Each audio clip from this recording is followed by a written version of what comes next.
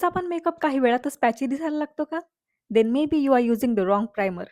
चला तर मग आज आपण स्किन टाइपनुसार प्रायमर कसा चूज करायचा याविषयी बोलणार आहोत. तर तुमची ऑइली स्किन असेल, देन तुम्ही मॅटिफाइंग प्रायमर यूज करा, जो तुमच्या चेहऱ्यावरचा ऑइल कंट्रोल करायला आणि तुमचे पोर्स ब्लर आउट करायला हेल्प करेल. स्किन ड्राय असेल तर हायड्रेटिंग प्रायमर चूज करा, कारण डिहायड्रेटेड स्किनमुळे पण मेकअप पॅची दिसू लागतो.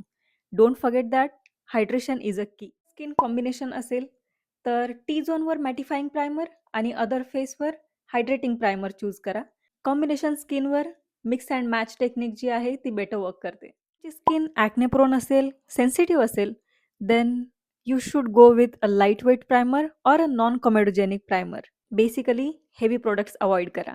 And the bonus tip is primer नेहमी मॉइश्चरायझर नंतर अप्लाय करा आणि अप्लाय करून झाल्यानंतर 1 ते 2 मिनिट सेट व्हायला वेळ द्या. म्हणजे तुमचा बेस जो आहे तो अगदी फ्लॉलेस दिसायला लागतो.